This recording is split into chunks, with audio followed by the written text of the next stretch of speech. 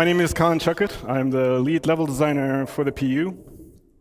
I will give you an introduction to our locations when it comes to the design, a high-level overview of the design of our locations. I'm going to describe you the processes of our workflow and the goals that we aim to achieve. So, to break down our process a bit, this is very high level, but it starts out with a pre-production phase, an ideation phase. Here everything starts out in the mind. We bring it down to paper, sketch, write, formulate a plan based on our overall design goals. And then it moves on to the blocking stage. You might have heard of this, like the white box and gray box phase.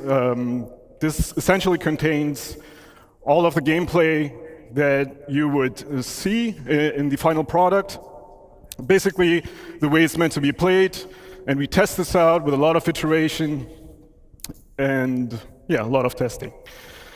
And it's basically, the white box is not in a stage where it's presentable, but that comes now. So on the right, as you see, the food court that Adam is going to be showing you later. This is the final product, VFX, lighting, and everybody had their pass on this. And level design or other designers still maintains the space and makes sure that the systems that get created are being retroactively implemented.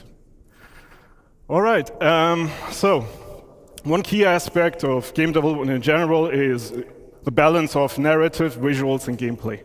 So all these interplay, they interconnect, and it's the foundation that runs through all game environments. So it's important to communicate context, and here in this draw-over you see that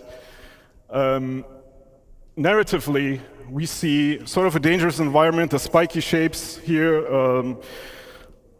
are sort of threatening. We see defensive structures, we can expect some enemy NPCs here, but it's also an old village. Maybe there's some exploration, some loot to be found. And then what's also important is communicating goals. So goals can be the pathways that you take, the gateways that bring you from one step to another, and so on.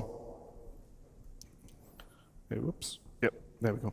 Okay, since we're a sandbox game, accommodating play styles is pretty important. So play styles meaning going guns in blazing, shooting at everything and everybody, going more of a stealthy, infiltration-y pathway if you wanted to, but also all the social aspects that you know from Stanton.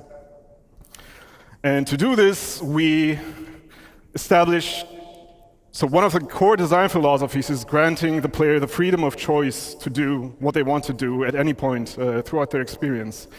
And we do this by establishing or defining multiple pathways or archetypes that we call primary, secondary, and tertiary pathing. So the first one is pretty straightforward. In a social setting, you have the goal right in front of you, and it's a single goal, such as here in the Habs. In a combat setting, this is very exposed, so it's dangerous to traverse this route. Where it gets more complex is when you have, such as with this outpost here, when you have multiple goals that can be equally important to the player at any given point. This is where we need to have a bit more design put into it with, for example, the landmarks that serve as orientation points. So to help you orientate yourself wherever you are in this location. And leading you to these locations by utilizing shape language and composition. The second path is, these are secondary pathways, so these are alternative routes. And these are options that are offered to you as you traverse the area on the primary path, for example. And so you may know this as a tourist when you go to a new city and you look around the corner and you see an alleyway that sort of looks nice and it evokes your curiosity and you want to investigate. In a combat setting, these are covered approaches or opportunities for you to flank the enemy to get to your goal, which could be this building on that sketch. Versus more open spaces, when you have, in a combat setting, in open spaces, you tend to be a bit more stationary because you want to feel more secure, unless you're in a vehicle. The third path is tertiary pathing. So these are more hidden infiltration routes, especially discoverable throughout the rundown stations that Anna will be presenting later on. And these are mostly discoverable to the attentive eye. You can explore these, find loot, or different routes to traverse through the station. Environment interactivity. You might have seen this in a previous presentation. It's very important to ground the player to their environment, offering them ways of interaction, being able to change the state of rooms, to toy with the AI, or just simply being able to unblock your pathway. Where it gets a bit more complex is when you talk about resource network systems, such as in day one when Thorsten mentioned that we are planning to implement this as well in locations. And this will allow the player to engage with their environment in different ways. They will be able to power up or down entities such as turrets, gates, and doors, and also alter life support systems. And also this ties into security systems. So being able to power up or down certain sections of a security system. And security systems in turn will be dependent on security tokens that you will be able to grab from other NPCs in your environment to then gain access to other terminals, to security terminals or other areas. Reputation is a big topic for us, especially with Pyro. So reputation, what does it mean? It means that it's basically your standing, your relationship with factions, and factions are the UEE in Stanton, or outlaw gangs, especially now in Pyro. And this will define your play style within this environment. So it will define how you experience the location that you're in a more social context or in a more combative context. So we talk about reputation gates as well, especially in the later presentations. So in the case of the food court, in the rundown station, we have multiple floors. So the first floor is the gang floor, and that might require you to have a better relationship with the owner of this location, which then will give you unique mission givers that you can go to and accept a mission that are offering you missions themed after the faction or the owner of this location, but also give you access to unique gear, collectibles, ship weapons, and items. You might have seen these locations in the demo if you've played it. So to close this all off and move on to the other presentations, the glue behind all of our locations is the content. It is the reason why you go to these locations in the first place, and our main goal right now is to not have that divide between social and gameplay as much as we do in Stanton, but mix it up a little and make that dependent on the reputation that you have with the factions or the owners of these locations. And yeah, we're looking into more content. As you've seen listed there, there's a bunch of new stuff coming as well. With the later presentations, for example, with the logistics hubs in the second portion, we're also looking into rates. But yeah, that's it for me. I will pass it over to Eddie now. Hope you've enjoyed this. Take care. Bye.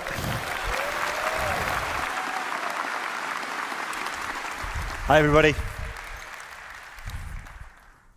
So, I'm Eddie. I'm an assistant art director on Star Citizen for locations.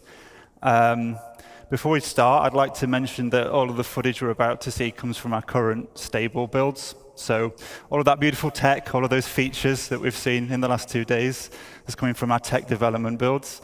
Now, all those features are going to make their way to you, of course, eventually. But that is the reason you're not going to see some of them in the builds today. I just wanted to get ahead of the comments a little bit there. So with that said, what am I going to be talking about? Well, I'm really excited to show you that the hard work that the Sandbox One team have been doing to expand our new outpost locations. I'm going to start by going over how we've expanded the library and what that means we can now achieve with the new locations, and then how we achieve that variety from the library by categorizing our locations into both archetypes and themes, and what that means for you as a player. So I don't know if you remember this, but at CitizenCon in 2021, we showed this new style of outpost for the first time. Now, at this point, we had our art style locked in. We'd worked on our library of content to the point where we could make smaller locations like this one, but with a limited amount of variety between each one. And this is what that library of modules looked like at that point. We'd established our main building modules, as well as some of our larger buildings, and a number of smaller secondary and dressing and standalone modules. But each outpost couldn't be too large without there being some obvious repetition between the modules used. So let's have a look at that library today. So, in order to achieve that greater visual and design delta between each outpost and have them not feel like exact clones of one another, we've massively expanded our module library in terms of breadth and depth. And what I mean that, we go broad by making more modules with different purposes, and we go deep by creating multiple thematic overlays for each of those modules as well. And I'll go into what that means a little bit in a minute. But the challenge of a sandbox location like this, as you can see, it's not about building a single unique location. That can be quite straightforward, to be fair.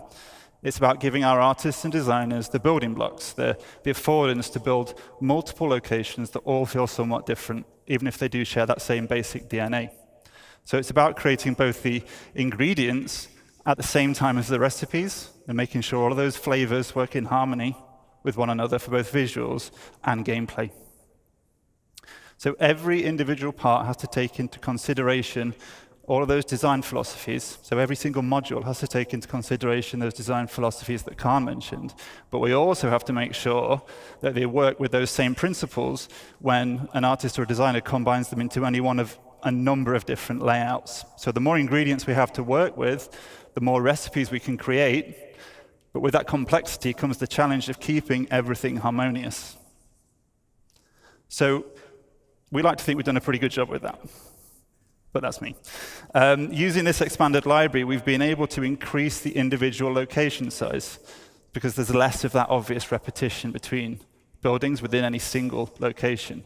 And we can't really call some of these large locations outposts anymore. They become something more like settlements and imply a larger and more established community.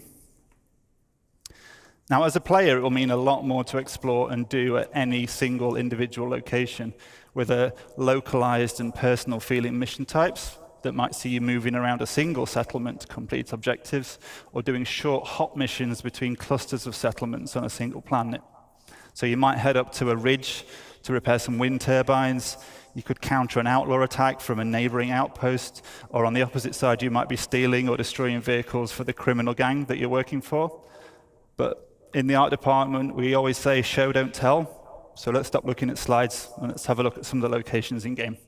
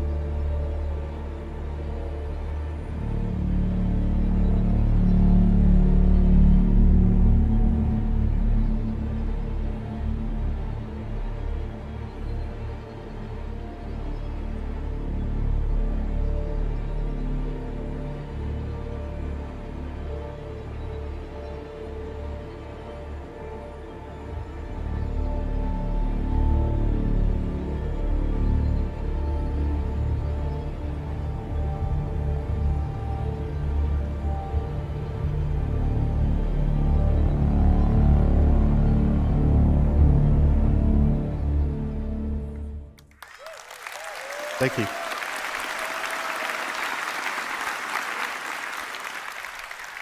So what flavors of outposts did we just see there? Well, we categorize them in two different ways, as I said, and then we mix and match those categories together to provide that variation. Now, the first and primary category is the archetype, and they provide that core gameplay hook and define the main function of a settlement. So scrapyards have a landing pit module for repairs and refueling. Mining operations can have a refinery module and ore extractors for resource and commodity trading. And trading posts themselves allow a broader range of item purchases through the dedicated trade building module. And I mentioned earlier some more like general mission types that you might find that would be agnostic of archetype. And the archetypes themselves reflect that primary gameplay function of a settlement, but there's also a middle layer. Of course, we don't want these locations to just be a glorified shop or repair station. So there's to be more secondary activities to do locally to an outpost that are also defined by its archetype. So you may find scrapyards can offer salvage-related gameplay and missions. Trading posts can also offer delivery missions or hauling and cargo gameplay. And farms can offer crops and fauna as resources for gathering or trading.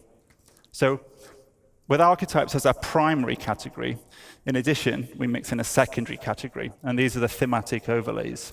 Now, at the moment, we have two main themes. Internally, we call these independent and outlaw. So themes offer additional variation on top of the archetypes to inform the look and feel of a location, not just visually, but which people you'll interact with there, how they'll respond to you based on your rep, what types of missions you'll have available to take on. So themes don't change the fundamental architecture of a space or the archetype of a location, but they do drastically alter the mood and feel, as well as altering the gameplay experience significantly. And again, let's take a look at the first of our themes, our independent theme.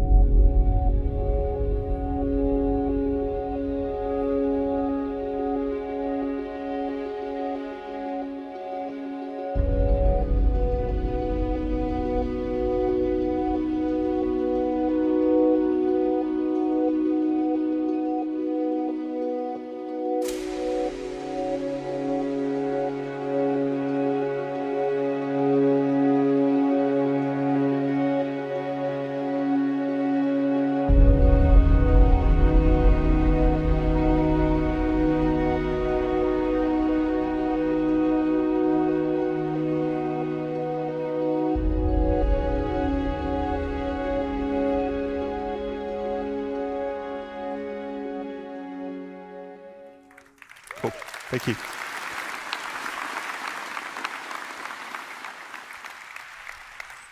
So, as a neutral player, the independent theme presents a much more social, visual, and gameplay experience.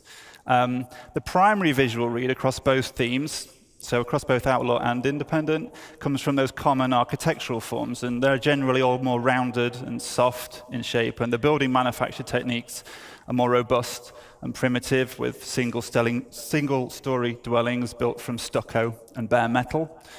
But for this theme specifically, we use soft textiles, warm lighting and color palettes, foliage, decoration that layer on top of those utilitarian structures to give that sense of home. And I use the word home for our independent theme quite a lot because we really want to get that feeling that this is home for the people that live there despite those harsh realities of frontier life. And in contrast to that, we have a theme that lies in a direct opposition to the independence, which we call the outlaw theme. So let's take a look at that now as well.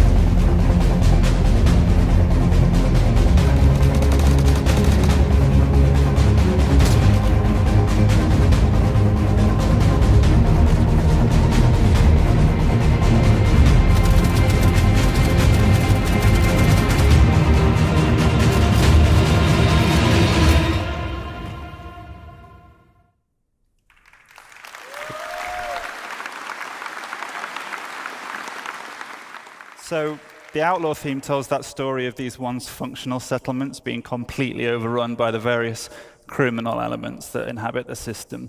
And visually, we have themes of a regressed and subverted civilization. So we layer on top of the architecture these spiked and aggressive forms, and we have evidence of a squalid living arrangements, and lighting comes from fires or poorly maintained fixtures. Some spaces are going to be recognizable as deformed versions of the independent theme, but some have been completely changed to more nefarious purposes. And while both themes employ all of the various alternative pathing and traversal considerations that Kaan detailed just earlier, the outlaw spaces are weighted more towards combat. But just because these spaces are more dangerous and the experience can be more combative, that doesn't mean that the archetype of the outpost is lost. So if you as a player choose to be a criminal working up your rep with a headhunter gang, you'd be welcome at the trading posts, and you'd be able to buy and sell items or take on missions. But you probably won't then be very welcome at the independent-themed locations, and that's where you'd get your combat experiences. So while the outlaw theme looks very different, the functionality of those archetypes still remain. So I've talked about the kinds of outposts we've been hard at work on, and I hope you've enjoyed checking them out over the last 2 days in the Pyro demo. It's really made me very pleased to see people playing our content at last, so thank you for that. But where are we heading from here? Well, I hope it should be obvious that we're going to get these out for the first Pyro release. We still have some final optimization and polish passes to do across the whole library. And then we're also going to be expanding the amount of these locations throughout Pyro and beyond. And our tools allow us to do that very quickly now. And we've got the library as well to do it. And the new outposts are not limited to the Pyro system. They're completely system agnostic, so you can expect to see these outposts in other systems as well. And of course, we're going to look to add more ingredients, more of those modules to the library as well, to further expand the variety and depth you'll be able to see at these new locations. We want to encourage more on-foot gameplay within a smaller ecosystem of a planet to give that more localized and personal feeling experience. Our goal with these locations, as with many of the others we're going to hear about today, is to continue to work on the gameplay so that every location offers a rich playground to explore. And I guess I'd like to finish just by thanking everyone for listening today. It's really great to see you all. And I'm going to pass you over to Nick, who's going to talk about some locations that are coming in the nearer future. Thank you. Bonjour tout le monde. Yoo! We are French Canadian on the here. Cool. All right, guys. My name is Nicolas Painchaud. I'm from Montreal. I'm assistant art director, and I'm here today to show you the next new derelict settlement we did. But just before that, I just want to say thank you to everyone who worked on that mandate. You guys made an awesome work. I'm super happy and proud to be here today to show you that, all of you guys, and to the world. So let's cut to the chase, and let me present you the new derelict settlement.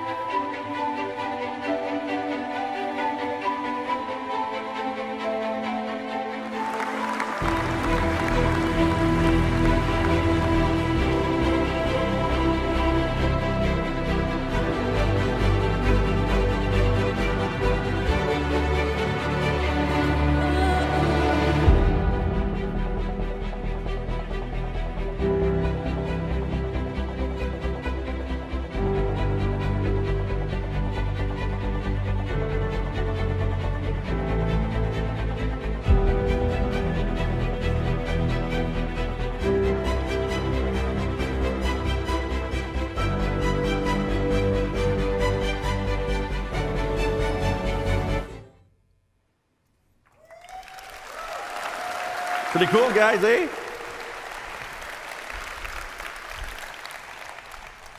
Oh, by the way, we made more than 4. It's not just 4. We made more than that. So we split those settlements into categories, social and hostile. In the social one, we will have drop-off mission, shops, food, loots, and drinks. And hostile one, obviously, will be more focused combat. Let me show you what it looks like.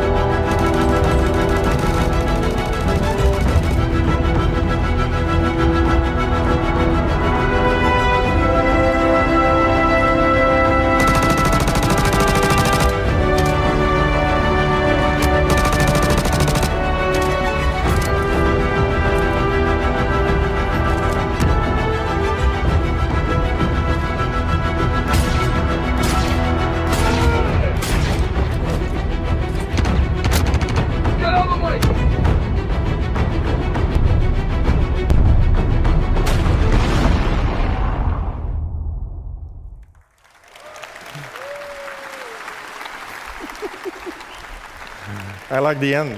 The end's awesome. All right, in summary, guys, we're going to have a lot of new location on planets, links with nice mission and good gameplay. And the most important, all those locations will be in Q4 this year, available in the game.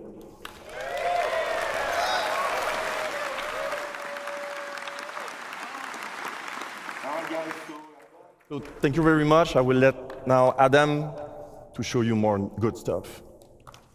Thank you. Well done, mate. Yeah.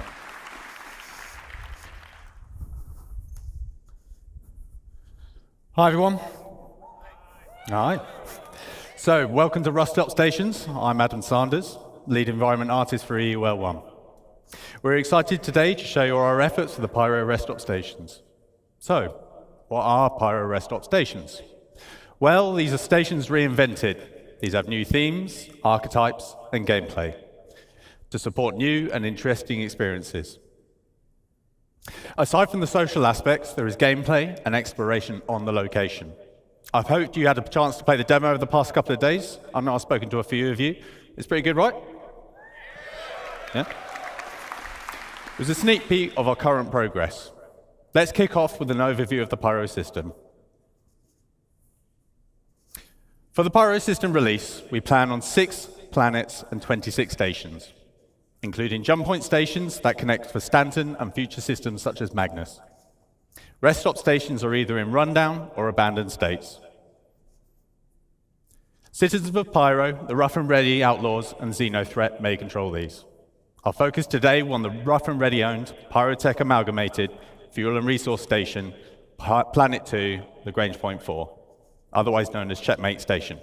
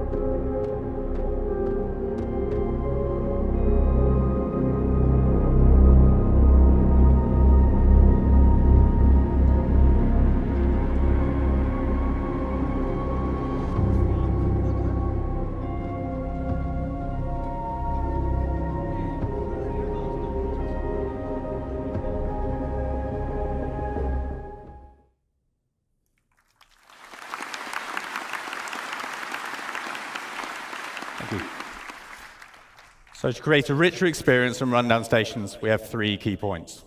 So increased reputation gives you access to new areas, unique gear, and mission givers. It also relates to basic functions such as the hub clinics, which need at least a neutral standing with their owners. Combat can take place anywhere, including social areas. Numerous options for environment traversal and enhanced environmental interactions. We aim to include new substation areas such as the workers area, lower deck, and maintenance areas. These areas will offer unique content, more environment interactivity, and interconnection between areas. Our journey begins when the player arrives in the entry deck view room. The entry deck serves as the first barrier between the outside world and the interior of the station. Some inhabitants are prevented from going inside and are stuck here with no means of getting out.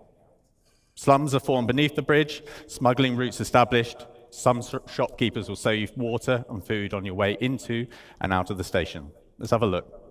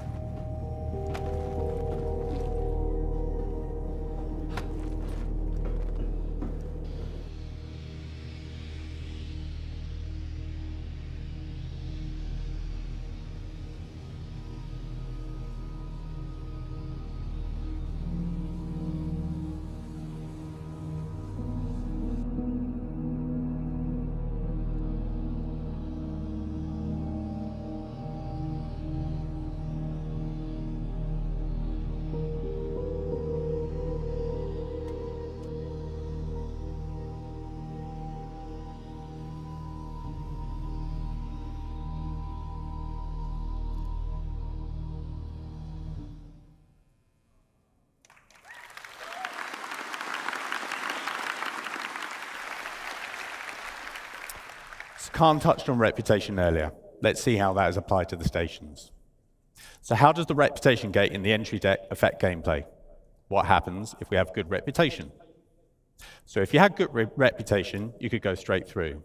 This is no fuss, and it's the quickest way to maneuver through the station. However, you've got to put the time and the effort in to get to this point. What happens if you neutral reputation? So you might be waved through, maybe you have to pay a bribe, and you don't want to pay, so you're going to have to find an alternate pathing.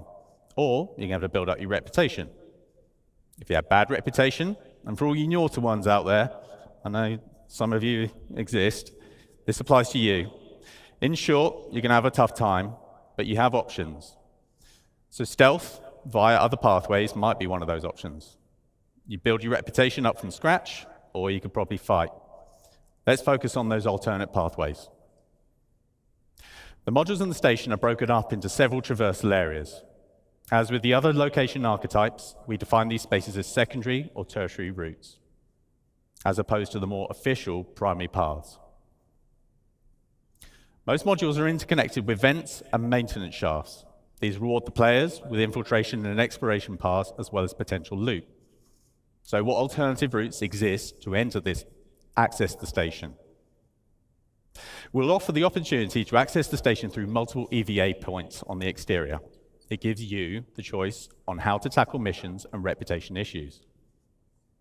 These alternative entries allow the player to circumvent the ATC loop completely, useful for when your reputation with the owners would normally prevent you from going through more official ways.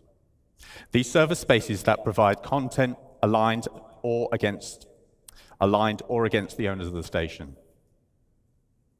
The maintenance hatch access points are a new common sublocation to the stations. The stations are planned to house maintenance areas that increase the interconnection between all the different sub-areas of the station. They act as alternative pathways the player can take to traverse from the entrance area to the Galleria, for example. Now let's have a look at our main social space. The market. A central location for the controlling faction, it houses all their nefarious activities. You can participate in their endeavors if you have the right rep. Let's have a look at some of those key features.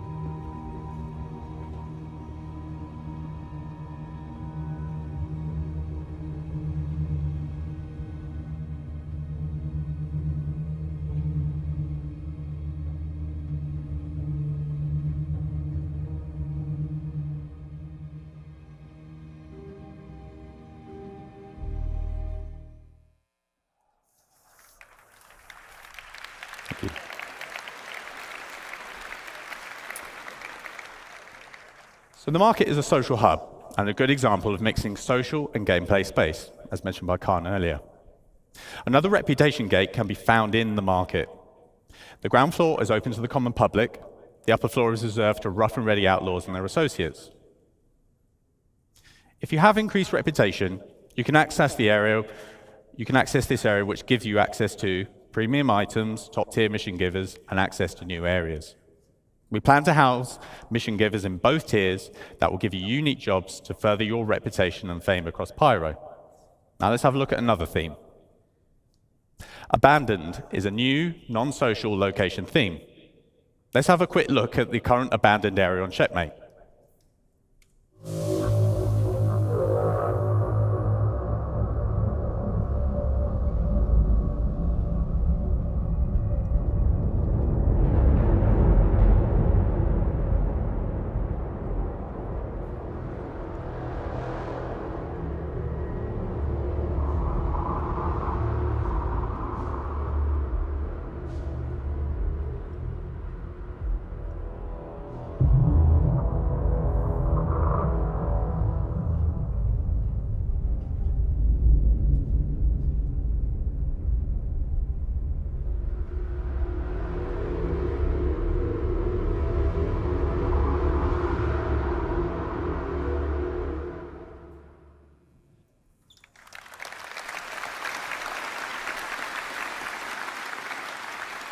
Thank you.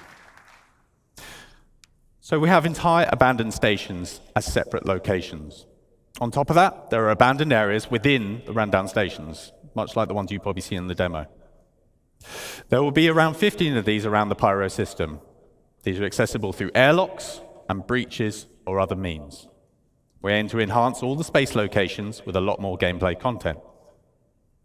Loot runs, exploration, creatures, missions of various types with PvE and PvP content, just to name a few. We're also laying a focus on environment interactivity with potential retrofitting of occupied stations. With the future addition of security systems and the resource network system, we will have the means to further improve the experience within these spaces and offer new challenges. With power, life support, and gravity playing a key role to give the player a unique experience, especially in abandoned stations. So, what do Pyro rest stop stations bring to the game? So lots more variety in space stations, with more gameplay opportunities within a station location. Opportunities for exploration, hidden areas, multiple options for access or traversal. These are faction-owned, and reputation will affect the location and gameplay. These feature lots of new mission opportunities within social space and multiplayer opportunities for combat on location. So I hope you have enjoyed this sample of what stations will offer and had a chance to have a go on the demo the past couple of days. That concludes the Living on Edge presentation. Thank you for your time.